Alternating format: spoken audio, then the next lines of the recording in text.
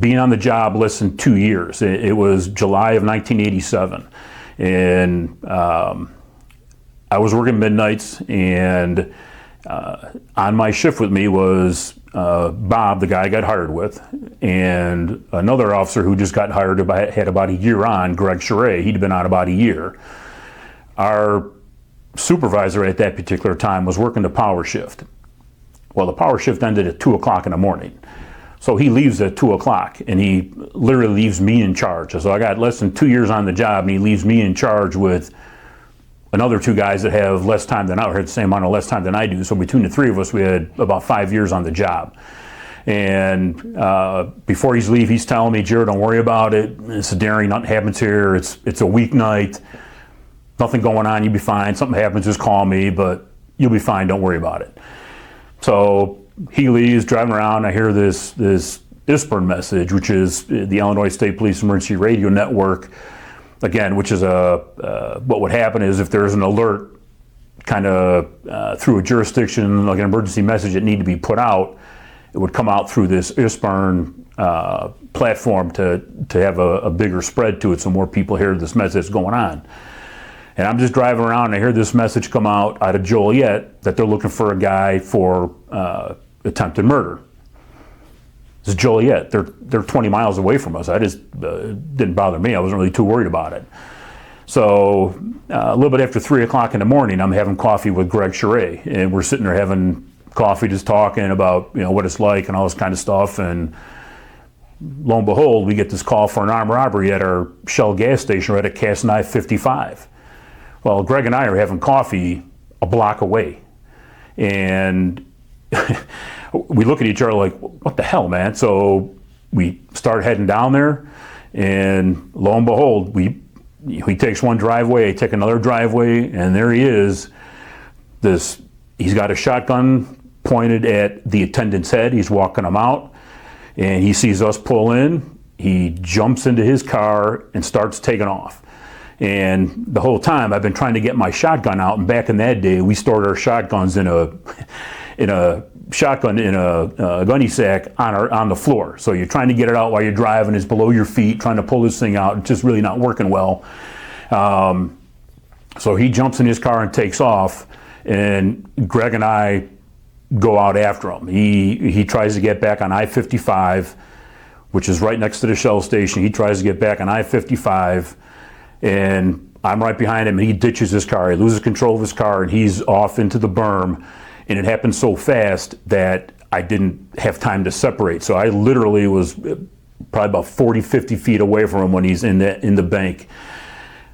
Unfortunately, I'm on the driver's side, which is, again, he's on my side. So I could not get out my passenger side because I had all my gear over there, and there's no way I was going to crawl across my passenger seat.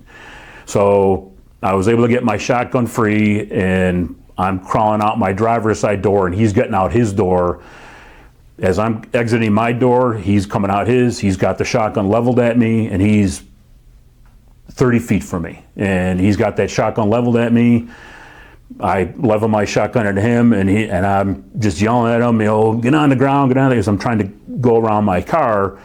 And after the whole event happened, I had several people ask me, how come I didn't shoot him? How come I didn't shoot him? And it was just kind of, I didn't think I had to. I mean, I know I could have. I know I would have been within my right to do that.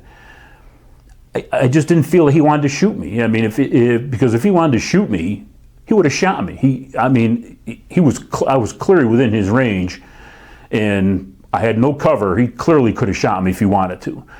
And I just didn't feel he was going to do that. And so as I got around cover to the other side of my squad car, by this time, I'm on ISPERN, I'm having dispatch get more people, I'm trying to get help through ISPERN, and the cavalry comes, and there's more cops than I can imagine coming to help me, and it's greatly appreciated. But the unfortunate thing was, because we're on the ramp, we're on the Cloverleaf I-55, we created a crossfire where there were guys all around, and we were pretty much really limited or reduced our option to take a shot if we had to, because there were so many officers on that semicircle. It created a problem. him and I were negotiating, yelling at him, get on the ground, drop it, get on the ground. And the whole time he's just walking around, he's drinking a beer, waving that shotgun around, pointing it up in the air. And when I exited my car, I did not close my driver's side door. My car was still running. He starts walking towards my car, and with that gun, you know, he's got the gun in the air, he's not level at him, he's got the gun in the air, and I'm yelling at him, get on the ground, get on the ground. The whole time I'm thinking, he's gonna jump into my fucking car. And what am I gonna do when he steals my car? And I'm thinking he's gonna steal my car. Well, he turns around, starts walking back, and he throws his gun down, and he drops his pants, and he moons me. And right at that point, I said, he's probably got no weapons anymore. So there were some other coppers that, I don't remember who they were, but were in pretty close proximity. That was like the go sign where we just jumped on this guy and got him into custody, took him into custody. And again, had no idea who this guy was until a District 5 trooper came up to me and said, you know who you got there? I said, I have an idea. Who's that? He says, that's who Joliet's looking for the attempted homicide. Okay, no problem. And it was just a crazy time, and again, you know, having 3 guys there with such almost no experience having this happen was, I don't think I slept for days after it all happened, just how wound up I was and how full of adrenaline it was after all that happened. So I'll never forget that.